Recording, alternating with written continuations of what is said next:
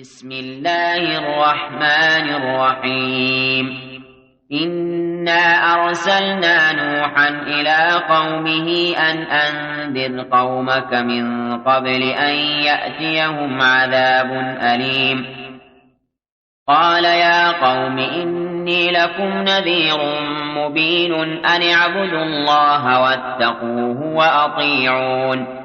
يغفر لكم من ذنوبكم ويؤخركم إلى أجل مسمى إن أجل الله إذا جاء لا يؤخر لو كنتم تعلمون قال رب إني دعوت قومي ليلا ونهارا فلم يزدهم دعائي إلا فرارا وإني كلما دعوتهم لتغفر لهم جعلوا أصابعهم في آذانهم واستغشوا ثيابهم وأصروا واستكبروا استكبارا ثم إني دعوتهم جهارا ثم إني أعلنت لهم وأسررت لهم إسرارا فقلت استغفروا ربكم إنه كان غفارا يرسل السماء عليكم مدرارا ويمددكم بأموال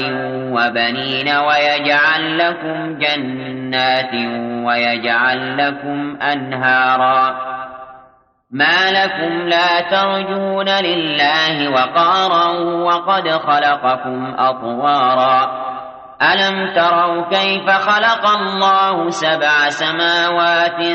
طباقا وجعل القمر فيهن نورا وجعل الشمس سراجا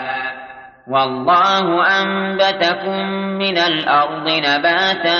ثم يعيدكم فيها ويخرجكم إخراجا والله جعل لكم الأرض بساطا لتسلكوا منها سبلا فجاجا قال نوح رب إنهم عصوني واتبعوا من لم يزده ماله وولده إلا خسارا ومكروا مكرا كبارا وقالوا لا تذرن آلهتكم ولا تذرن ودا ولا سواعا ولا يغوث ويعوق ونسرا وقد أضلوا كثيرا ولا تزد الظالمين إلا ضلالا مما خطيئاتهم أغرقوا فأدخلوا نارا فلم يجدوا لهم من دون الله أنصارا وقال نوح رب لا تذر على الأرض من الكافرين ديارا إنك إن تذرهم يضلوا عبادك ولا يلدوا إلا فاجرا كفارا